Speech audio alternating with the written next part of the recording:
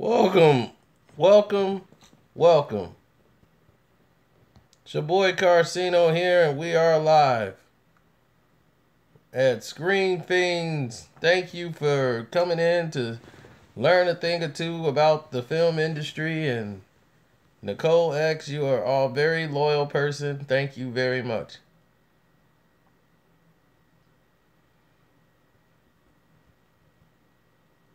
Now, a lot of you might not know what this film is that's on the screen. Some of you may have seen this film before. Let me just move it over a little bit so it's more in my favor. Yeah, that's right. That's Mindhunters. Mindhunters is a movie that was made. It was one of B movies, but it had Val Kilmer in it. The studio that made this film, it was a great film, like the great script. And what it is basically an FBI training crew was in training, going to the island in which they prepare and train for, to learn how to be FBI profilers. A serial killer disguises himself and joins the FBI to want to go and play a game to see if they could figure out who the killer was as he killed them one by one. And they got to try to figure out which one of them is the killer by using their skills in the FBI.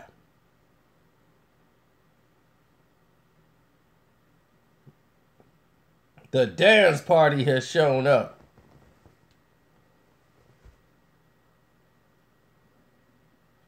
Now, here's the situation that we have at hand. You have this movie that was done in like 2001, 2002. It sat on the shelf. This film sat on the shelf for like 2 years. It was heavily bootlegged before it even came out in the movies. Everybody had a bootleg copy of Mindhunters, and it was an entirely different name.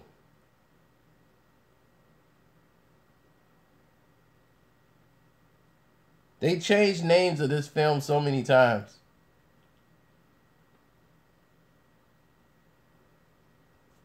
Now, what you didn't know about this film is this film right here, Mindhunters, has launched the careers of everybody in it.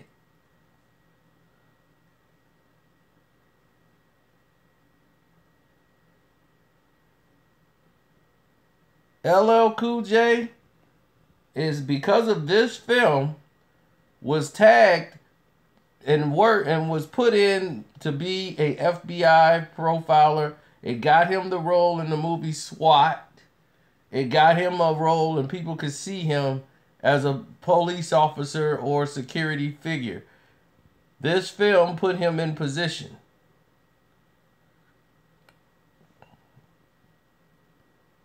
So now it put him in a position where he's getting a big fat check on CBS and has his own show on CSI. Long-running series. A lot of people probably don't remember SWAT, and it was a great movie. Great script, and the way they kept it, they didn't do it over the top. They kept it very distinct. Nobody watches CSI, yet they have 14 of them, because those shows are the only shows that sell. Now, this guy right here, John Miller. Am I saying his name right? Let me click the button and find out. Johnny Lee Miller. There he is. I knew it was close. I said Johnny Miller. So, John Lee Miller, he now is Sherlock Holmes. Again, on CBS. Based off how smart he was in this show, it gave him a profile to where people could see him and see how he could play a role in this film. Led to him getting better roles and better jobs. Now he's on CBS with his show.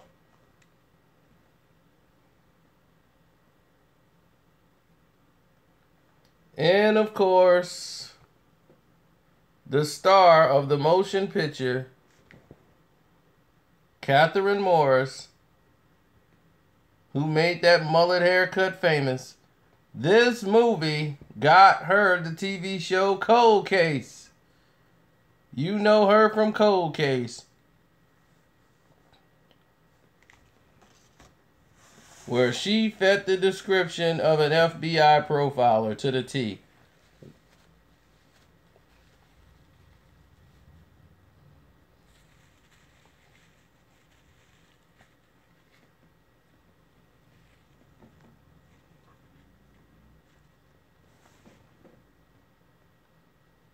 Narcos is a television series. Blow is a movie.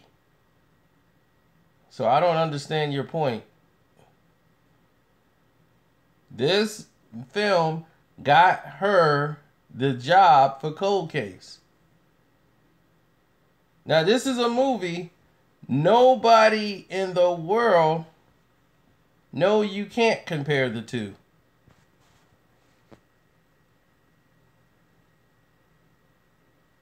How you going to compare an hour and 35 minutes to something that's probably 16, 17 hours long and counting?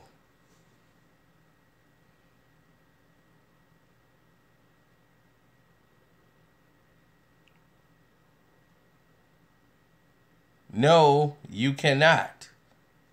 Films are condensed. Television series are stretched out and more detailed. To compare a film to a TV series is lunacy.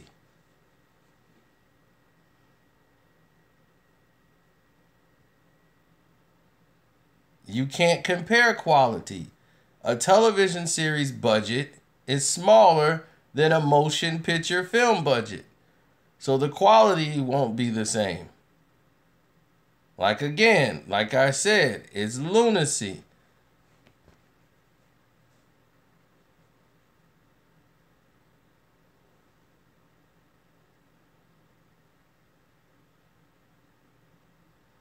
Once again, the Daredevil television is a series, not a film. You cannot tell about, oh my gosh, opinionated junkie. That's exactly the perfect name for you.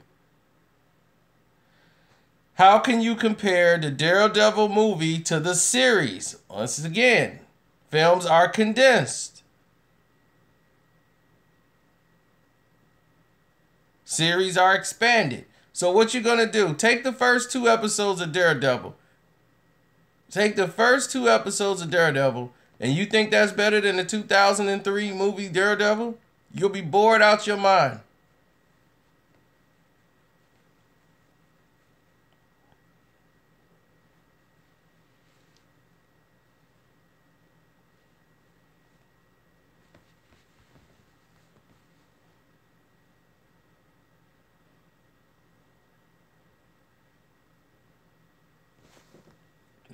Now back to the story at hand. Everybody on this show, in this film, careers got launched.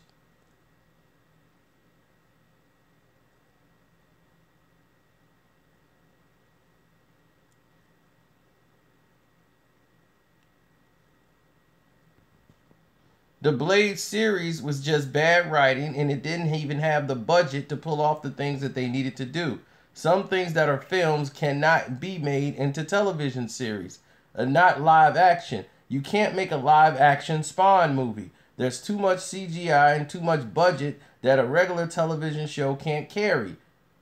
A Netflix series probably can carry it, but they still wouldn't be able to have that much of a budget. That's why shows like Luke Cage Iron Fist, Jessica Jones, that don't require a lot of CGI. You can put those films on TV. Daredevil. Netflix can buy those. Once you start talking CGI and computer, you're talking millions of dollars.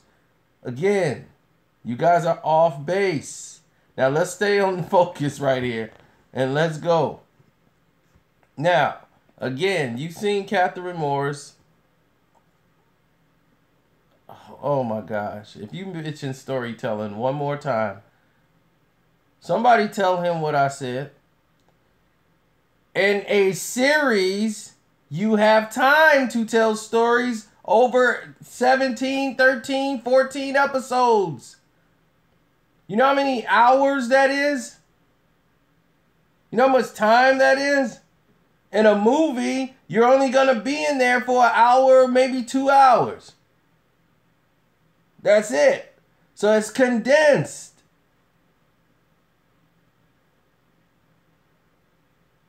No, some television series just suck. Period. But they have more time to tell a convincing story than a film. Now let's move forward.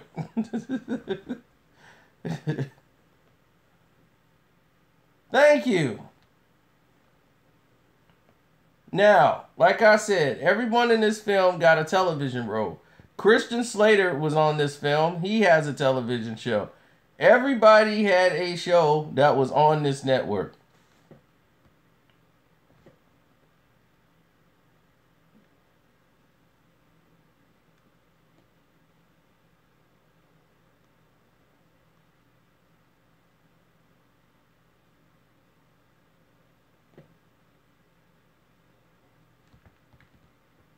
Even Gonzalez.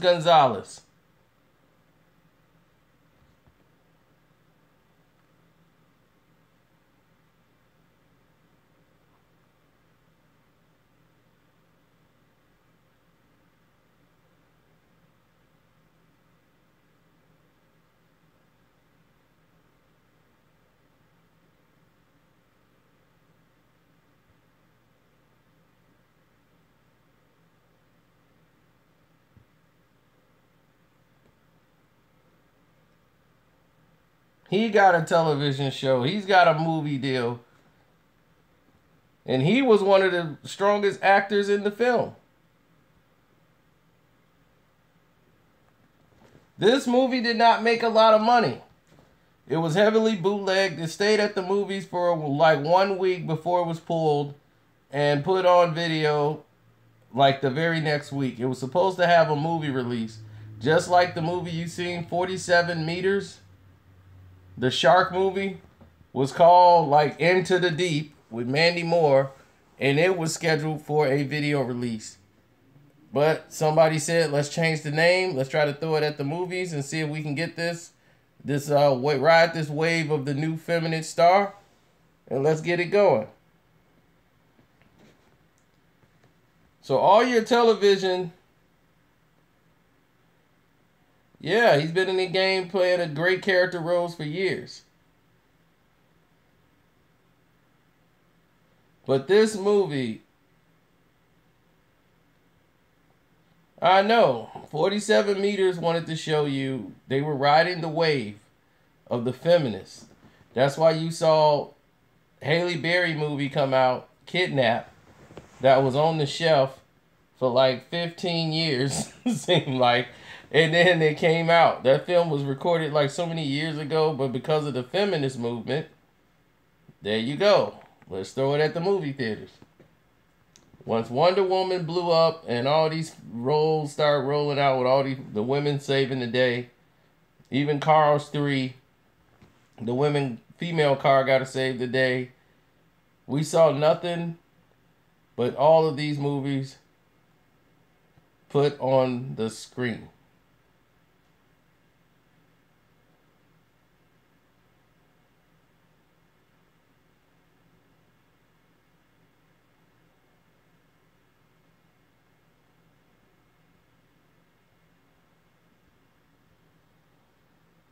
"47 Meters Down" wasn't that bad. You see, the thing is, it was just bootlegged. Everybody had the movie before it even came out. It wasn't that bad. It was like modern day time Jaws.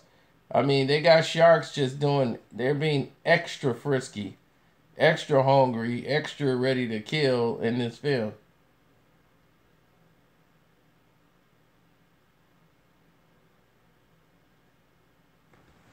Well, they're not going to kill something that makes money, no matter how bad it is. Transformers is the proof of that. No matter how bad Transformers get, they're going to continuously keep making them. Even though they said this is the last one. Now we got a ghost-like Transformer.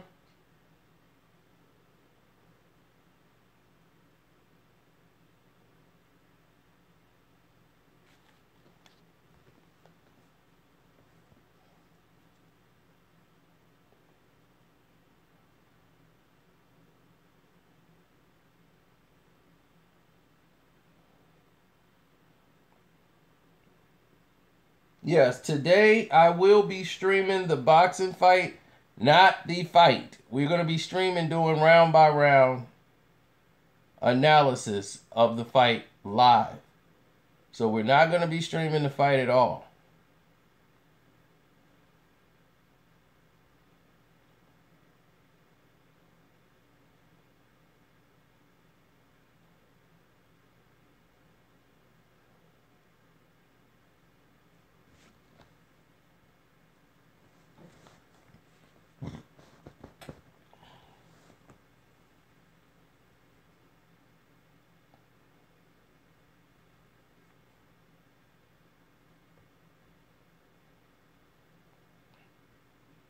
Somebody else can stream it and risk their channel going into the abyss, but not me. They're going to try to flag me anyway. They always do that.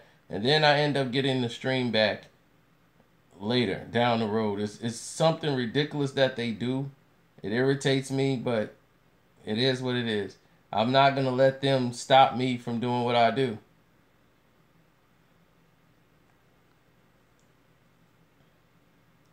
Marvel has better films. There's no doubt about it. DC films are more gritty. They're more realistic, where Marvel is more about a little comedy, a little stick. That's why they got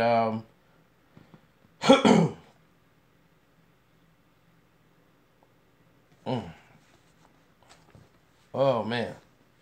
Sorry about that. That's why they went and added one of the creators of the MCU universe and brought him on over to DC.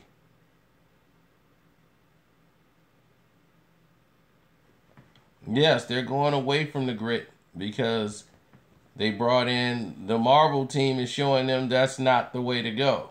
You too gritty, you're going to scare away the kids, or the kids are going to lose interest. DC was making it more for the adults. And the adults, they're going to come out every now and then. They'll take the kids probably once. But Marvel generates more sales, more everything as far as merchandising because they have things that pertain to kids. Jokes. A lot of foolery, a lot of coloring. DC's comics are just like, movies are like the comics. They're too bright. I mean, they're too dark. There's not enough colors in it.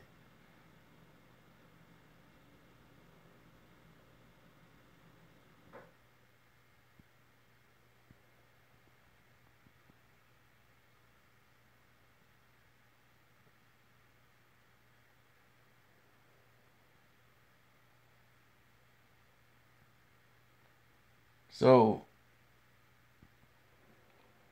I can't think of the guy they brought from Marvel who had a falling out with Kevin Feige and came over to Marvel. I mean to DC. Gosh, how could I forget his name? Josh Whedon. Yeah, there we go. Josh Whedon comes over because he fell out with Kevin Feige. A lot of people didn't really know that. The insiders did. Over Inhumans and everything else. And Humans was supposed to be a film, a motion picture. And that was Josh Whedon's baby, and him and his buddy was putting it out. Kevin Feige was against it. And they fought tooth and nail over it. They just threw out this ridiculous Inhumans thing that they put together because they had already hired the actors to play the roles. So they needed to put something out. So they turned it into an Agents of S.H.I.E.L.D. series and put it on ABC. But they put low budget production in the beginning of it to put it on IMAX, which really got them creamed. So now when it comes out and debut on ABC, people ain't gonna really care.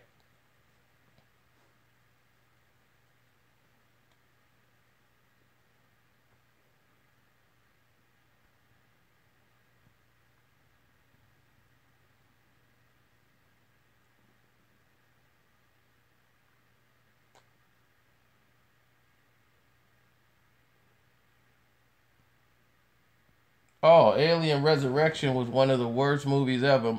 My dad loved it for some reason.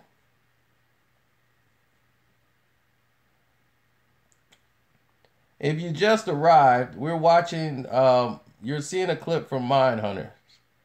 Mindhunters is a film that was completely viewed as bad. It really had a great script, and it just didn't get the time of day that it should have. It sat on the shelf for a minute. It was heavily bootlegged, and they still put it out at the movies, which was a shock. It stayed at the movies for probably about a week and a half. Then it came back home. Everybody on this show got their own TV show based on everything they did here. You got Sherlock Holmes in here, which is Johnny Lee Miller. You have Catherine Morris right here, who was, this got her cold case. LL Cool J is now doing CSI. Christian Slater got his own detective show. Everybody in here got a show.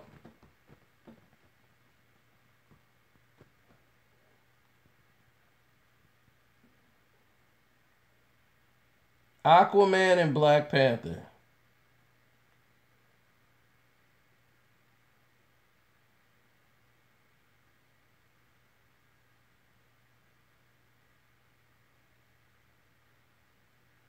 Val Kilmer, they actually paid him for his little participation because they just wanted his name. He got paid the most money. And then Christian Slater, they only had him for like 2 days of shooting, so they had to get him hurry up and killed off the off the series right away. So he had a 2-day job, and that was it. So Val Kilmer, they paid him for his name. He did like 1-2 days of shooting, and he was done. But they could put him as the star of the film, and even though he wasn't, she was.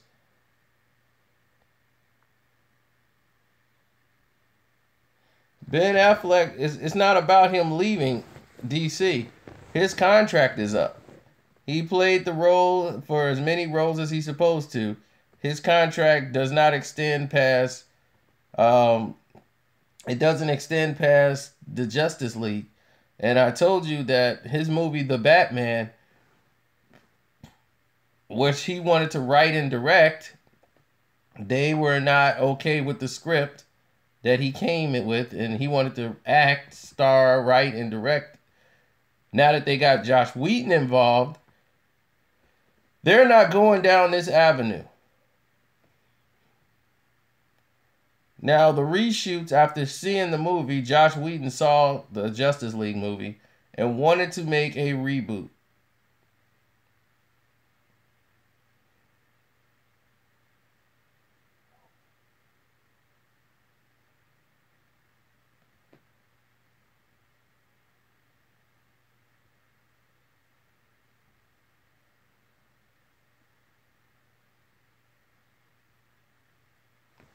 Well, what DC is trying to do is making a DC universe, just like the Marvel universe.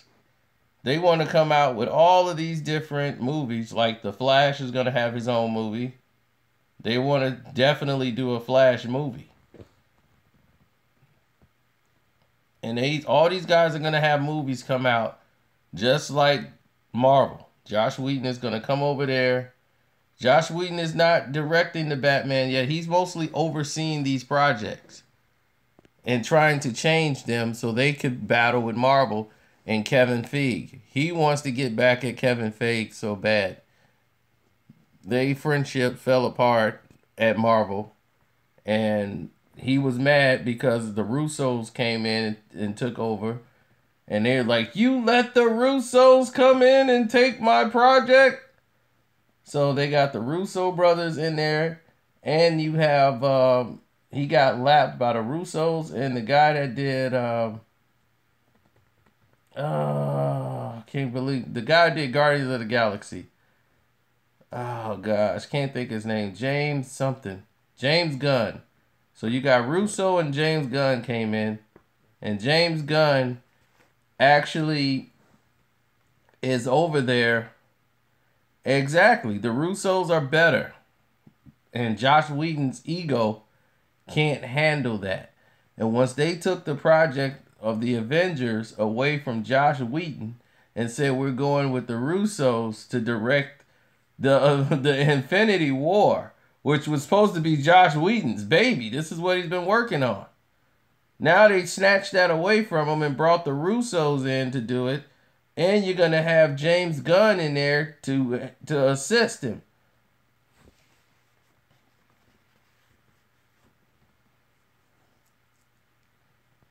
Now, in case people don't know, the Russos are responsible for Captain America.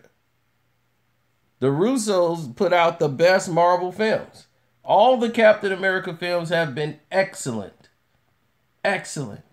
The first, Winter Soldier, and you're looking at the Civil War. If you look at the best MCU movies that there was made,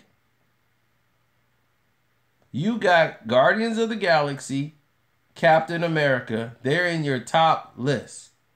And the Avengers. Period. The first Iron Man film is in there. The other two, trash. Uh-oh, sorry about that. The other two were trash.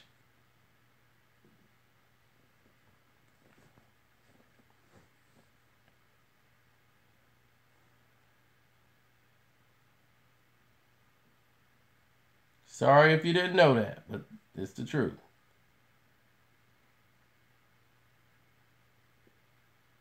All of them are fire.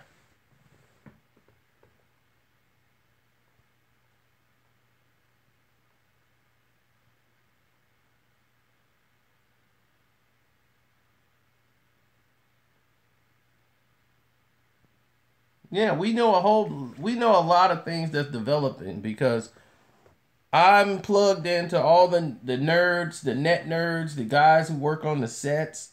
The brother that works with Edgar Wright. They tried to bring Edgar Wright into the MCU, and he didn't want to do it. Ryan Coogler is doing the Black Panther. He's directing it. The guy who did Fruitvale Station and who did Creed. It's the most blacks on a production since Boomerang for Black Panther, because it's a black comic book. Every character in Black Panther was black. You have not seen a motion picture with this kind of budget behind it with this many African Americans in there, or just blacks, period. People of color. Where the entire cast is black. You've never seen that in the history of filmmaking. After all these years. Never seen it. Never seen this kind of budget for it. So they're rolling the dice with Black Panther. Because you can't make a Black Panther movie and not have it done to its perfection and to the quality of the comic book.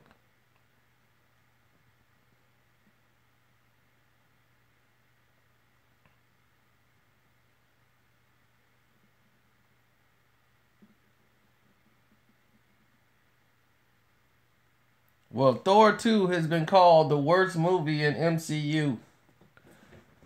Thor 2 has been rare, and I am one of the person who agreed. Thor 2 has got to be one of the worst. That one and Iron Man 2 are one of the worst films in the MCU. Thor 2 almost sunk the series of them making any more MCU movies. Matter of fact, it was like that movie was thrown out just so they can say, okay, well, we got another film coming up, so we just need this to just keep people along and make some money. So let's just throw it up. They rarely even marketed part 2.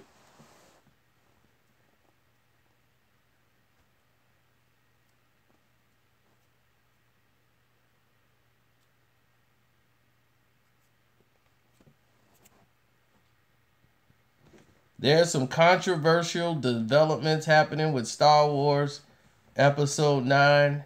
Not just the director. That Colin was talking about having somebody stand in for Princess Leia. That was an initial idea.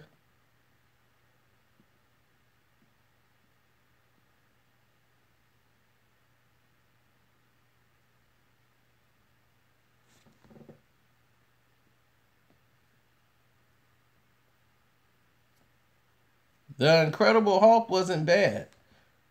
That's what people. I don't know what you're talking about. The one with Edward Norton. That wasn't a bad movie at all. That was actually, it was more in depth than the Ang Lee movie, which wasn't bad at all either. It's just that they didn't know what Ang Lee did not know what Marvel wanted to do with the Incredible Hulk. Marvel had no idea what they wanted to do with that film. So he filmed it like a comic book, strip by strip.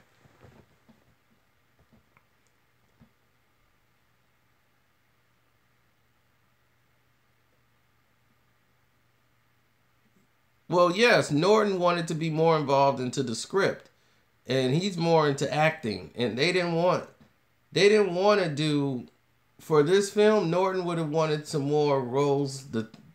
The roles that they went with, they got the perfect actor to play the Hulk now. Edward Norton is just not the Hulk.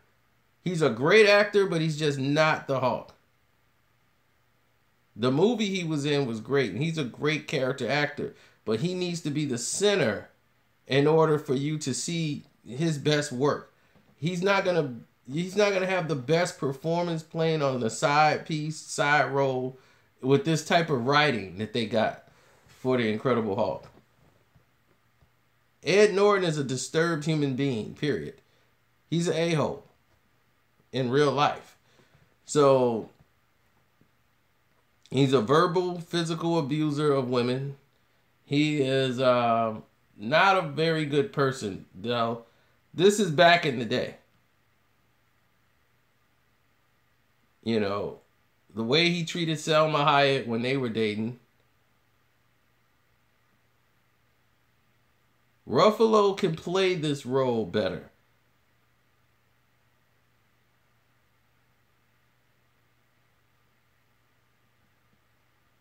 For what they want him to do, Ruffalo can play the subdued character a lot better than Edward Norton. Edward Norton can play the Hawk, but he has a very aggressive personality. Ruffalo is a guy who doesn't have an aggressive personality. He's more subdued, and that fits more of a Banner trying to be subdued. He's not going to try to be as aggressive because he knows things go too far. That's it.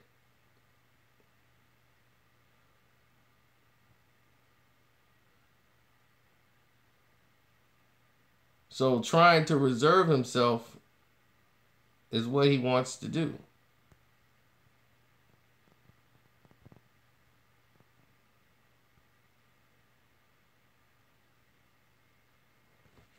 Oh, this is just part one. We ended up going way off track here. But I'm glad everybody stuck around to hear about it, but we're going way too long with this. But we'll do more. We'll talk about other terrible films or just other small films that weren't successful, did not make a lot of money, but they end up launching the careers of other actors. Everybody on here has had a very successful run on television series with shows because of this movie. So in Hollywood, people saw this film. But no one else in the world went to go see it, but people watched it.